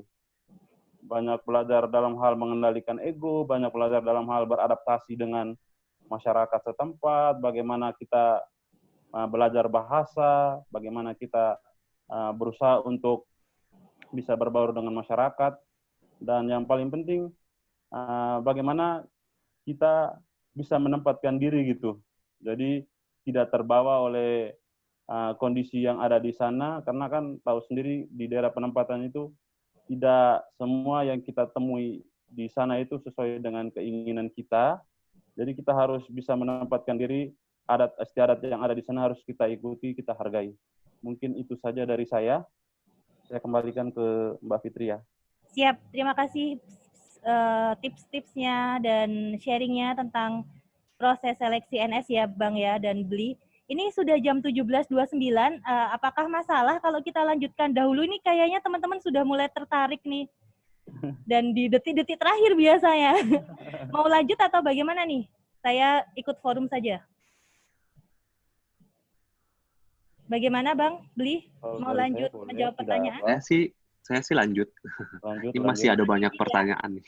Iya nih, mohon izin kita jawab satu persatu ya sambil kita nikmati sore hari nan cerah ini. Nan cerah. Asik. Baik, ini pertanyaan selanjutnya dari KL Vita Patampang. Beliau bertanya, suka dukanya apa sih Bang sama Bli bergabung dengan Nusantara Sehat? Banyak sukanya atau dukanya gitu mungkin ntar biar jadi semangat nih buat KL Vita untuk bergabung dalam Nusantara Sehat. Monggo dari Abang dulu mungkin, baru nanti disambung Bli. Bang Markus, monggo Bang. Oke. Baik, terima kasih saya ucapkan untuk KL Vita Patampang. Saya langsung saja ke jawabannya. Kalau ditanya suka dukanya ikut Nusantara Sehat, saya jawab aja singkat, lebih banyak suka daripada duka. Nah, dukanya itu paling kita jauh dari keluarga, itu yang pertama. Terus yang kedua, kita tidak bisa seperti di kota gitu. Ada listrik, ada air, ada sinyal. Nah, itu sih dukanya. Menurut saya, setiap orang punya kesimpulan untuk suka duka berbeda-beda, tapi menurut saya untuk ketiadaan air, listrik, dan sinyal bukan merupakan penghalang gitu kan. Generasi milenial yang hebat adalah generasi milenial yang bisa meninggalkan ketiga hal itu sebenarnya, tapi bisa mengisi hari-harinya dengan hal yang positif. Nah, kalau sukanya, di sana yang sangat saya syukuri adalah kita bisa bekerja sama dalam tim. Tahu sendiri di Nusantara Sehat Team, kita terdiri dari berbagai profesi, dan di situ kita belajar dari tenaga kesehatan yang lainnya. Waktu di NIA, saya terus terang belajar banyak hal dari rekan-rekan saya, dari kesehatan lingkungan, saya belajar gimana caranya memicu masyarakat untuk bisa sadar, untuk bisa hidup sehat. Kemudian dari tenaga dokter, saya juga belajar gitu ya, bagaimana nih cara kita melakukan penilaian terhadap kondisi kesehatan pasien gitu. Ya kebetulan karena partner kerja kita adalah teman kita sendiri, teman serumah malahan, jadi kita diskusinya itu seperti saudara dan saudari, jadi tidak ada rasa malu atau tidak ada jarak, kita diskusi dengan baik, dan itu hasilnya pun baik untuk pasien. Itu yang pertama.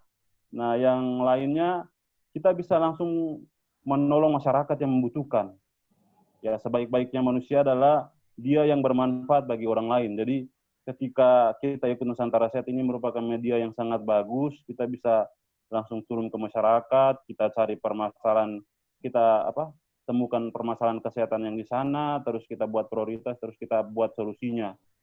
Jadi itu sih suka duka yang saya alami selama mengikuti Nusantara Sehat. Mungkin saya kembalikan ke saudara saya ya. Mangga, langsung Bli aja nih, disambung Bli. Wah, sebenarnya suka dukanya udah dijabarkan semua sih sama Bang Markus. Tapi yang harus dan siap kalian misalnya mau join Nusantara Sehat itu, yang pertama ya harus kuat, nggak ada sinyal, nggak ada listrik.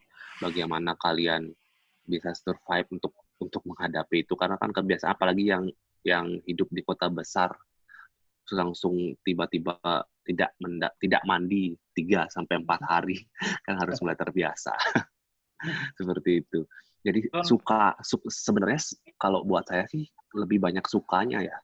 Dukanya ada, tapi buat saya kayaknya hidup tuh ada proses belajar. Jadi dari semua yang udah kita alami di sana, jadi kita belajar untuk lebih menghargai hidup. Jadi 2 tahun itu sebenarnya 2 tahun yang paling berharga buat saya untuk seterusnya, untuk saya kenang, karena itu kayak menumbuhkan jiwa yang paling saya syukuri itu menumbuhkan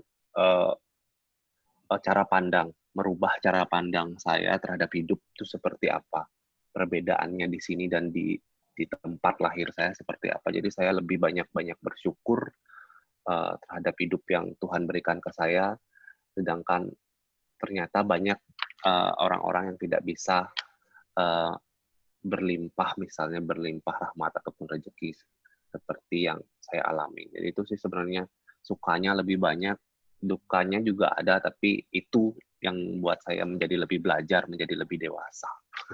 Mungkin berat banget omongan saya. Iya, kan mau jadi bapak-bapak nih. Bener. Ini kayaknya Kak Elvita mau open mic atau mau open mic, mau diskusi dengan kita? Open mic dong, satu open mic, biar kenal mukanya. Benar. Mungkin karena ada yang sedang di jalan ini, Bli sama Bang. Ya. Kalau ada yang mau open mic, silahkan ya. Mungkin sambil lanjut, demikian ya Kak Elvita, suka dukanya. Sukanya ada, dukanya ada, tapi tenang aja, dukanya itu akan tertutupi sama sukanya gitu. Baik, lanjut ya. Kita lanjut ke Garut sekarang, Kak. Ada Kak Afrida di sini bertanya. Sore, Kak, izin bertanya kepada kedua narasumber yang sangat kece. Bagaimana tips dan trik agar kita bisa mudah beradaptasi di tempat penempatan Nusantara Sehat? Terima kasih, Kakak. Beli dulu ya, nanti baru disambung Abang Markus ya. Beli Bayu, silahkan. Tips saya biar mudah beradaptasi, pertama yaitu kayak menurunkan ego, kita bisa mampu bersosialisasi dengan baik, karena di sana kan kebetulan waktu di tempat tugas saya itu adalah mayoritas penduduknya beragama Kristen, jadi saya kayak ikut join kegiatan-kegiatan mereka, walaupun kegiatan keagamaan, kegiatan olahraga yang jadi kayak menyatu dengan mereka.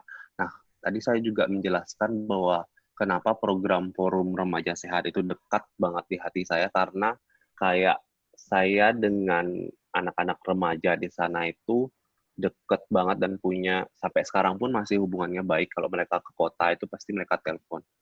Jadi dengan adanya program itu saya menjadi lebih bisa bergabung atau bersosialisasi dengan mereka. Yang pertama yaitu mampu berkomunikasi walaupun dengan bahasa yang berbeda, kita bisa menyambung dengan bahasa-bahasa isyarat. Awal-awal di sana sih untungnya di daerah sana udah bahasa Indonesianya udah bagus. Jadi memang mereka pakai bahasa daerah, tapi bahasa Indonesia mereka rata-rata paham.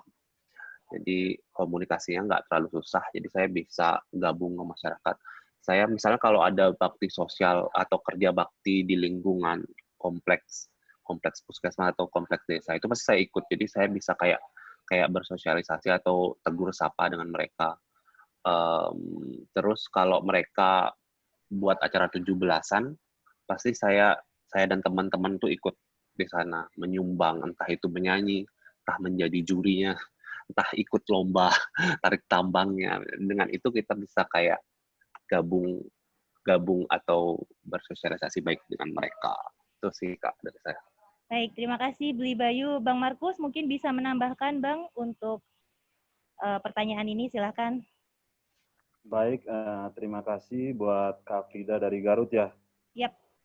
Ya, jadi sama seperti yang sudah dijelaskan sama saudara saya tadi, yang pertama itu menurunkan ego ya. Terus saya tambahkan sedikit, ketika kita ingin beradaptasi dengan lingkungan, dengan masyarakat, yang paling penting adalah kita harus menjadi diri kita sendiri. Nah, kan tidak mungkin kita berpura-pura atau kita jadi orang lain untuk bisa beradaptasi. Ya, kalau kita dari diri sendiri ya pasti kita udah kenal dulu ya, kurang dan lebih kita tuh apa gitu kan. Jadi ketika kita udah tahu kurang lebih kita, imani kita bisa mudah untuk beradaptasi gitu. Kita tidak berpura-pura dalam bergaul. Nah, kalau di Aramo kemarin, tips penting yang ingin saya bagikan, jadi kan begitu awal datang yang kita kenal itu hanya kepala puskesmas. Kita juga belum kenal dekat sama rekan-rekan di puskesmas, itu yang pertama. Kita juga belum kenal dekat dengan masyarakat. Nah, gimana nih cara kita memulai perkenalan? Kalau hanya berkenal tanya nama aja sih gampang ya, tapi gimana kita bisa berbicara dari hati ke hati gitu ya.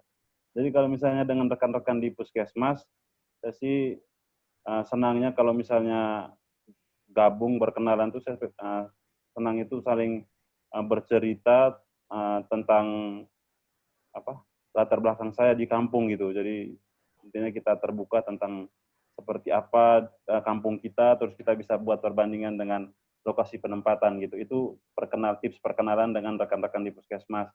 Nah, kalau dengan masyarakat, cara yang paling ampuh sebenarnya kita dekati dulu stakeholder gitu, pemangku kepentingan yang ada di lokasi penempatan di desa kita gitu. Kan di desa pasti akan ada kepala desa. Di atas kepala desa kan ada camat ya, tapi camat kalau misalnya masih terlalu tinggi jangkauannya minimal kepala desa.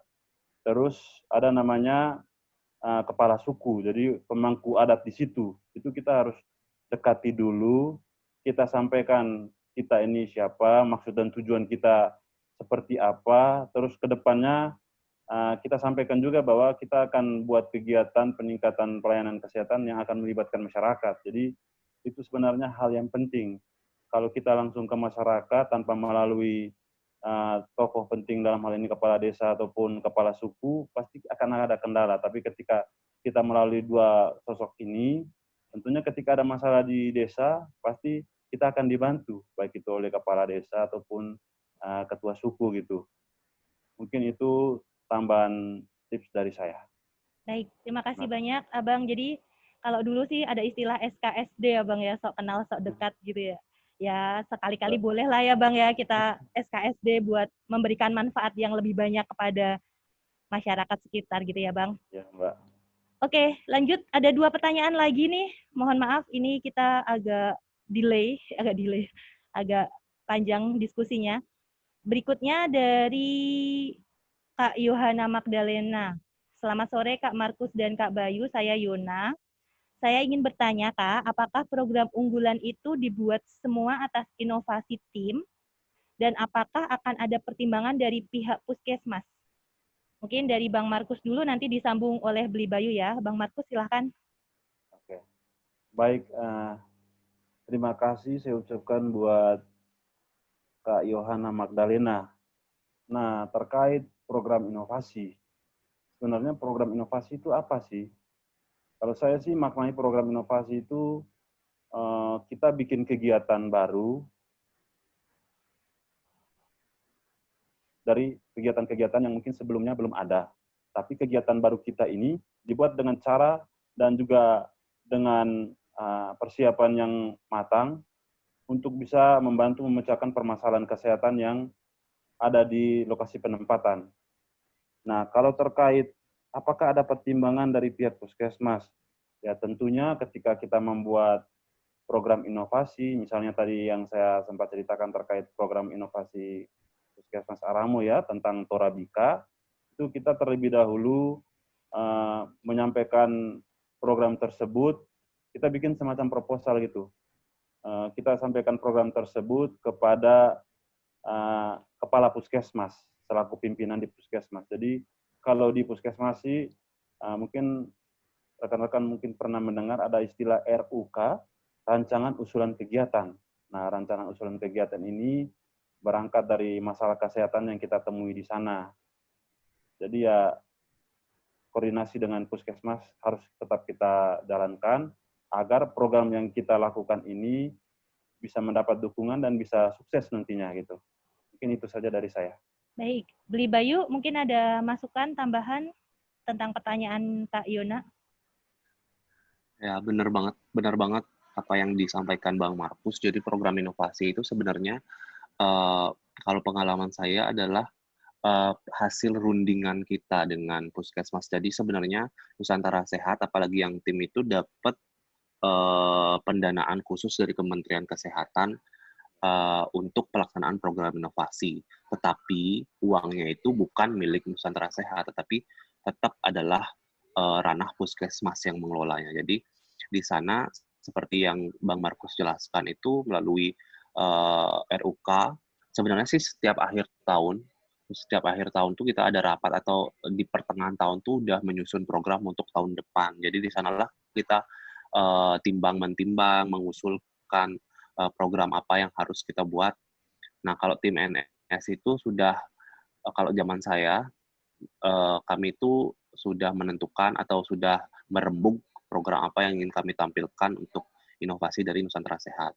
Setelah itu baru kita ajukan di forum saat rapat di Puskesmas, nanti di sanalah akan dirembuk apakah program itu akan goal atau enggak, bisa tembus untuk masuk di rancangan anggarannya Puskesmas untuk tahun berikutnya atau enggak. Jadi seperti itu. Jadi balik lagi, Nusantara Sehat itu juga adalah pekerja atau pegawai di Puskesmas. Jadi sebenarnya status kita sama, hak untuk uang dari kementerian itu juga bukan ranah dari Nusantara Sehat, tapi adalah milik bersama dan harus kita gunakan untuk pengembangan program di Puskesmas. Terima kasih. Oke, terima kasih Bli, Bayu, dan Bang Markus.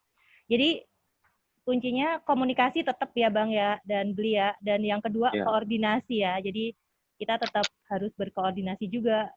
Kalau misal program kita belum diterima, ya kita cari tahu nih kenapa, dan masukan-masukan dari stakeholder atau dari Puskesmas bisa sebagai pengembangan program kita semua. Gitu ya Bang ya, sama Bli ya. Betul banget Kak. Oke, ini last question. Sebenarnya kita kayaknya nggak mau berpisah gitu. Tapi ntar suami aku udah nyariin. No. Oh no, gitu, my husband gitu menunggu di jembatan saya. Jadi pertanyaannya jadi jauh nih dari Makassar nih, dari Kakak Nurmila Zakir. Ini bertanyanya panjang nih. Jadi beliau sebenarnya sudah apply. Selamat sore kakak-kakak. Saya sudah apply nih Kak, waktu bulan Februari di Nusantara Sehat Individu COVID-19. Tapi baru bulan Agustus ada pengumumannya. Jadi nggak sempat ikut seleksi karena sudah tanda tangan kontrak dengan perusahaan swasta. Pertanyaannya, akunnya Kak Nurmila ini direaktivasi sampai sekarang. Bagaimana solusinya untuk mengaktifkan kembali akun Kak Nurmila sehingga bisa mendaftar di Nusantara Sehat periode yang lainnya? Mungkin dari Bli Bayu dulu, baru ke Bang Markus. Ini pertanyaan teknis pendaftaran ya Bli ya. Bli di unmute dulu punten. Oh iya. Ini banyak banget nih pertanyaan yang ini masuk.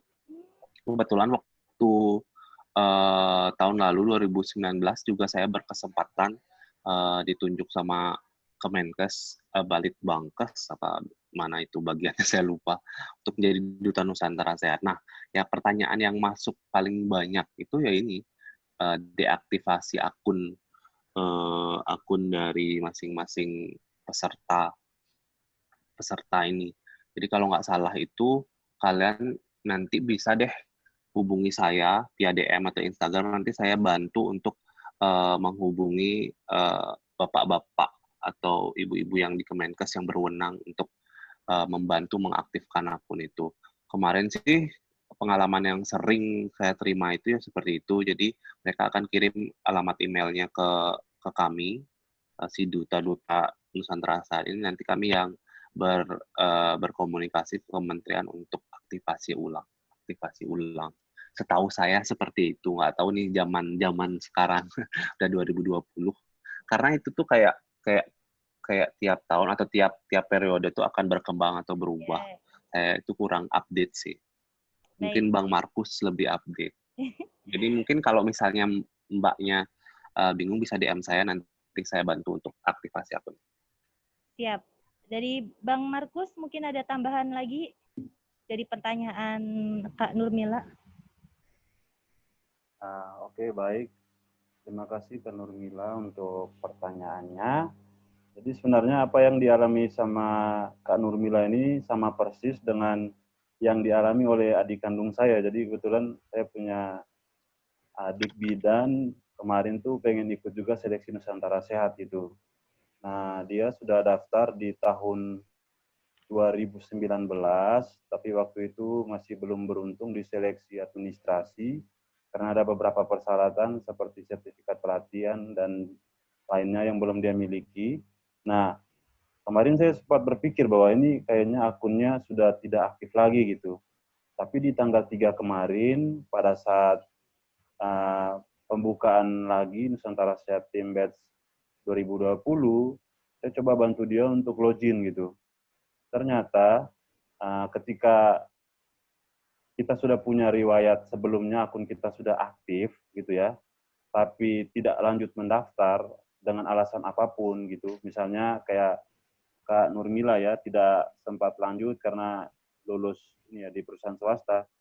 Sebenarnya ketika terbuka lagi pendaftaran ataupun lowongan Nusantara Sehat itu udah otomatis aktif, asalkan pas pendaftaran kemarin itu semua berkas dan juga semua file yang diminta itu sudah diupload gitu.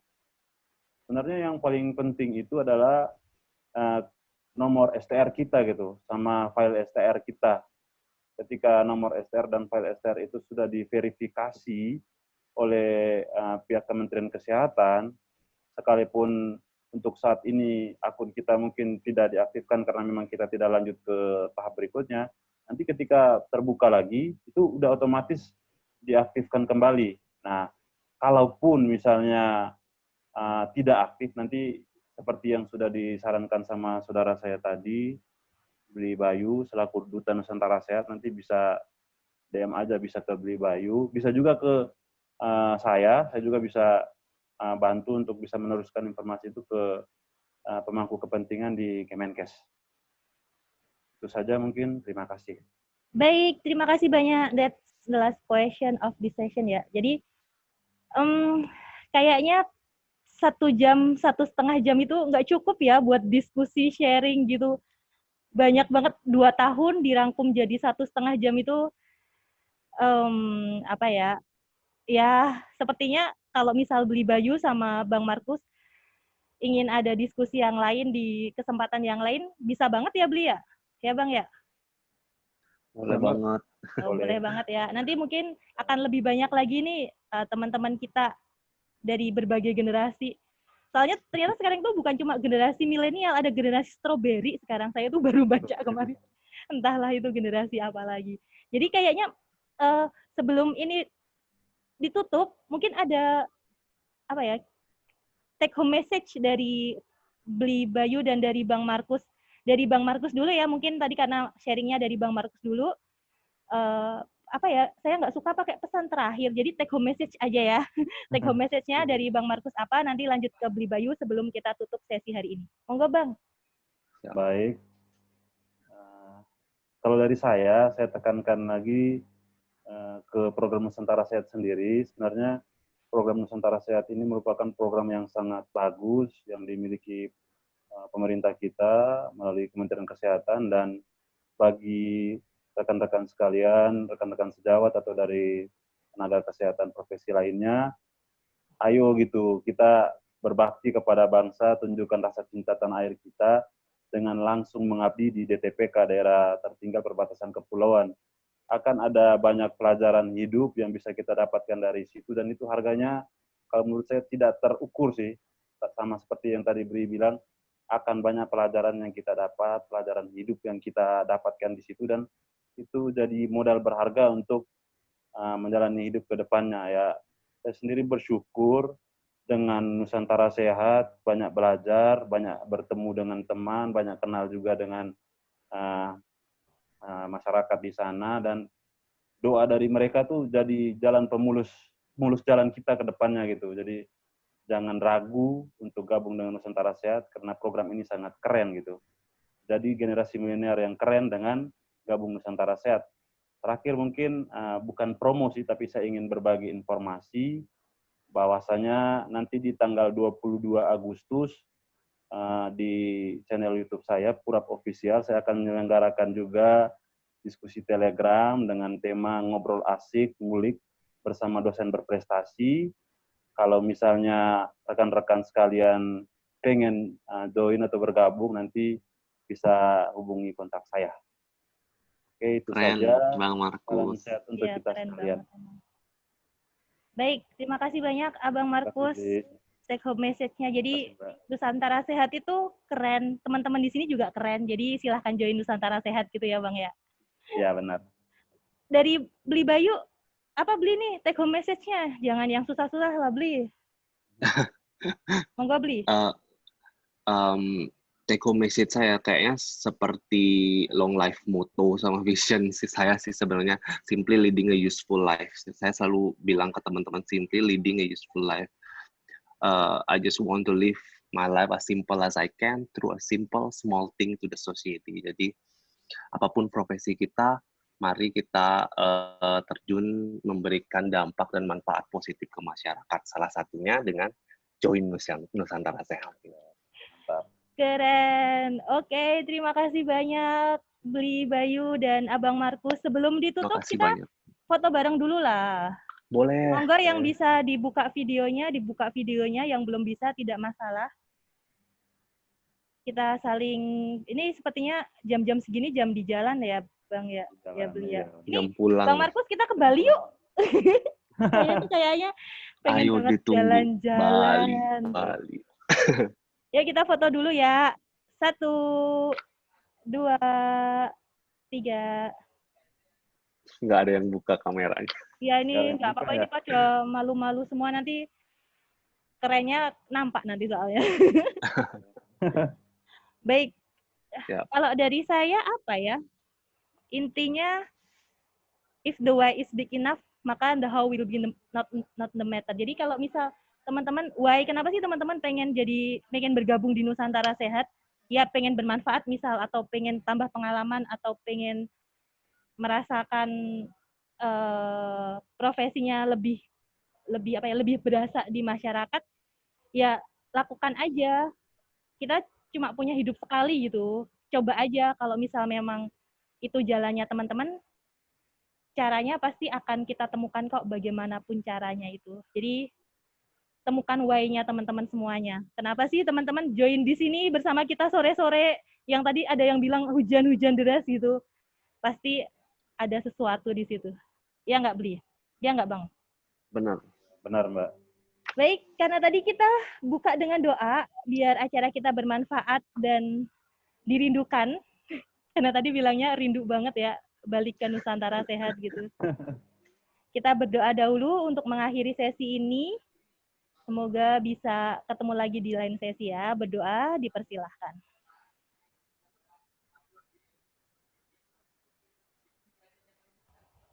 Terima kasih. Terima kasih banyak semuanya. Terutama terima kasih Beli Bayu, Abang Markus. Sehat-sehat Kak semuanya Fitri. ya. Terima kasih Sehat-sehat. Nanti kita Terima kasih ketemu. udah nonton semua. Iya, terima kasih. Ini ada dari Jakarta, ada dari Malang, dari Garut, dari Makassar, Bulukumba juga ada. Ini keren banget nih. Wow. Terima kasih. Semoga forum kita bisa lebih bermanfaat lagi. Mungkin nanti topik selanjutnya kita ngomongin tentang AMR ya, Bang ya. Oh. Kayak kalau Udah ngomongin mulai berat, AMR mah udahlah, kita akan cari waktu yang lain. Terima kasih banyak. Mohon maaf apabila ada salah kata. Sampai bertemu lagi di lain waktu. Wassalamualaikum warahmatullahi wabarakatuh. Waalaikumsalam. Mohon izin saya ending meeting hari ini ya, sharing hari ini ya. Dadah semuanya.